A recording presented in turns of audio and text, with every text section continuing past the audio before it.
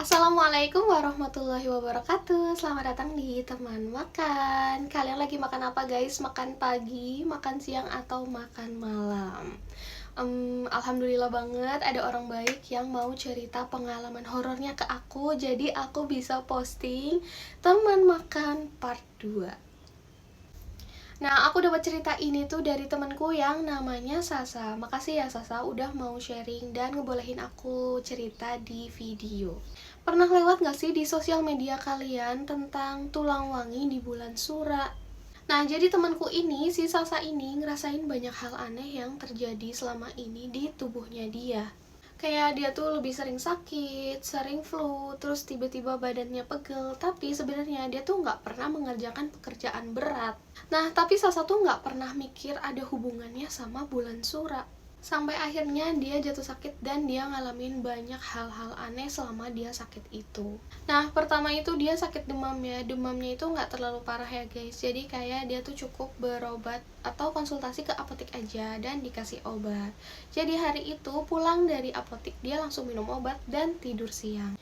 Jadi si Sasa ini tidur siangnya setelah sholat zuhur. Dan dia tidur di kamar mamahnya ya, bukan di kamarnya sendiri. Nah, terus pas dia tidur itu, dia tuh ngerasa kakinya dipijit-pijit.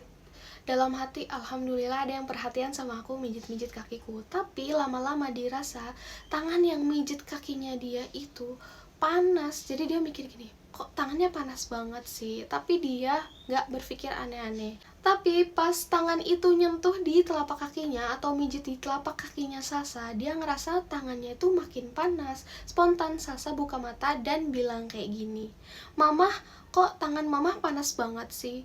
Dan kalian tahu nggak? Sasa tuh kaget banget karena di situ tuh nggak ada orang sama sekali. Dan itu tuh mijetnya lumayan lama ya. Cuman Sasa tuh mulai ngeresponnya waktu dia dipijit bagian telapak tangan karena dia ngerasa yang mijit itu tangannya panas banget. Tapi di sini dia tuh nggak mikir aneh-aneh ya, belum mikir aneh-aneh, cuman kayak ya udahlah mungkin karena aku lagi demam aja. Terus dia lanjutin tidur lagi. Setelah beberapa menit dia memutuskan untuk tidur lagi dan tidurnya itu nyenyak kata dia ya. Tapi tiba-tiba tuh dia ngerasa kayak di samping kasurnya, di samping dia itu kasurnya kayak ada yang ngedudukin gitu loh. Akhirnya dia buka mata dan di situ dia lihat tantenya lagi duduk.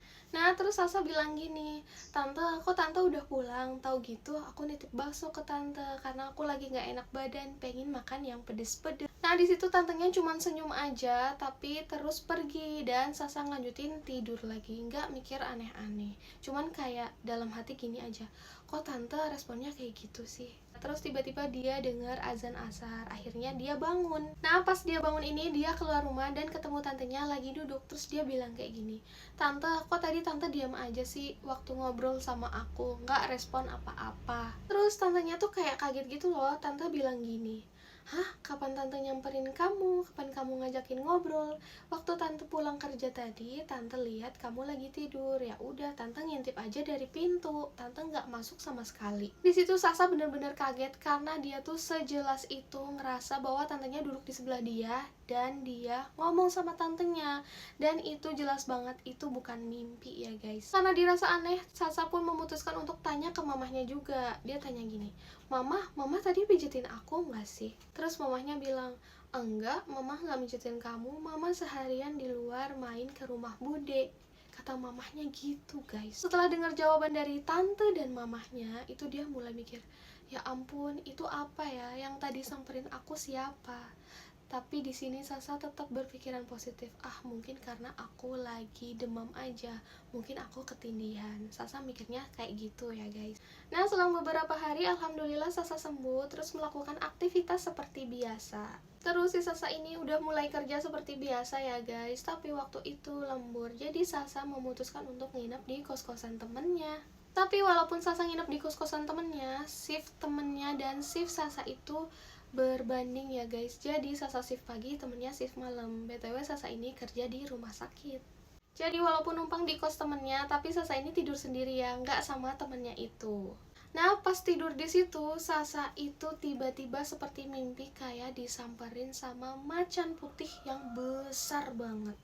Di situ macan putihnya nggak ngapa-ngapain, cuma nyamperin dia aja. Tapi di situ Sasa ketakutan karena macan putihnya itu benar-benar besar kata dia. Spontan Sasa kayak kaget, terus kayak buka mata gitu. Terus dalam hati dia bilang, oh aku cuma mimpi aja, kayak gitu. Dan setelah beberapa saat dia tidur lagi, ternyata macan putih itu datang lagi guys. Kali ini datangnya tuh kayak dia tuh seolah-olah mau menerkam Sasa dari jauh, mau lari nyamperin Sasa, terus loncat ke badannya Sasa. Dan di situ tuh dia merasa bener-bener berat. Sasa tuh ngerasain bener-bener badannya kayak berat, kayak ketindihan gitu loh guys. Di situ Sasa mencoba istighfar dan kayak gini mencoba melepaskan, tapi dia nggak lepas juga. Terus Sasa bilang, kamu ngapain, jangan ganggu aku. Akhirnya macan putih itu melepaskan diri dari Sasa. Nah di situ kata Sasa tuh kayak mimpi tapi kayak nyata. Di situ Sasa nangis terus bilang, kamu mau apa, jangan ganggu aku takut, kata Sasa kayak gitu. Terus macan putihnya itu bilang kayak gini, jangan takut, aku yang jagain kamu dari kamu kecil, dari kamu lahir, saat kamu sakit. Pokoknya kalau kamu dalam lingkungan yang tidak aman, pasti aku jagain. Kata macan putihnya gitu guys. Di situ Sasa bingung dan spontan kayak kebangun gitu loh. Tapi rasanya itu seperti kayak nyata banget. Waktu ditindihin gitu dia kerasa kayak berat banget gitu loh guys. Dan BTW kata Sasa, macan putih itu tuh ngomongnya pakai bahasa Jawa yang kuno banget, tapi nggak tahu kenapa Sasa ngerti apa yang dia maksud.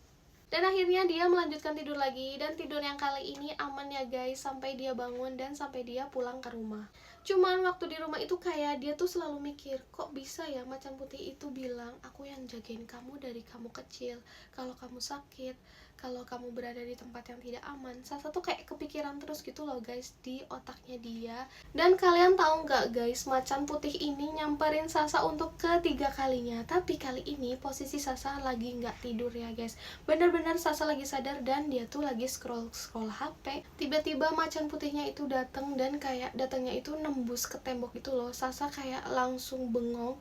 Hah, apa yang gue lihat, kata Sasa kayak gitu ya guys. Bener-bener dia kaget karena dia tuh ngerasa banget bahwa dia tuh nggak mimpi, ini tuh kenyataan.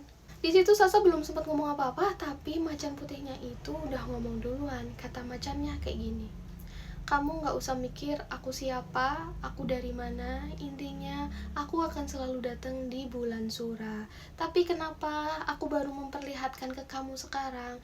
Karena di bulan ini menurut aku energi kamu itu lagi dalam bahaya. Terlalu banyak energi negatif dari luar yang nabrak ke badan kamu, makanya badan kamu itu akhir-akhir ini sering sakit-sakitan. Terus macan putihnya juga bilang kayak gini, kamu jangan takut ya, aku tidak berbahaya, aku bakal melindungi kamu dan keturunan kamu. Tenang aja, aku nggak bahaya kok. Kata macan putihnya kayak gitu guys. Nah jadi ada satu kata dari macan putih itu yang bikin terngiang-ngiang di pikirannya Sasa tentang yang badan dia dan energi dari luar. Maksudnya apa sih? Akhirnya dia tuh kayak scroll-scroll di TokTok dan muncul satu VT yang isinya itu tentang weton tulang wangi di bulan Suro. Nah setelah dia cek VT-nya, ternyata weton dia itu termasuk weton Teluwangi guys. Percaya nggak percaya, tapi dia jadi flashback ke dulu-dulu. Karena memang di setiap bulan Suro itu dia pasti sakit, dan sakitnya kayak sakit yang bener-bener sakit. Misal 3 hari geletak, nggak bisa berangkat kerja, nggak bisa aktivitas kayak gitu loh. Dia flashback ke belakang lagi. Jadi menurut Sasa itu kemungkinan itu bukan mitos ya, karena dia merasakan sendiri. Nah itu dia tadi cerita dari Sasa. Dan teman-teman di sini ada yang merasa bahwa weton kalian itu termasuk weton tulang wangi nggak sih? Dan apakah kalian merasakan hal-hal sama yang terjadi di tubuh kalian selama bulan Sura?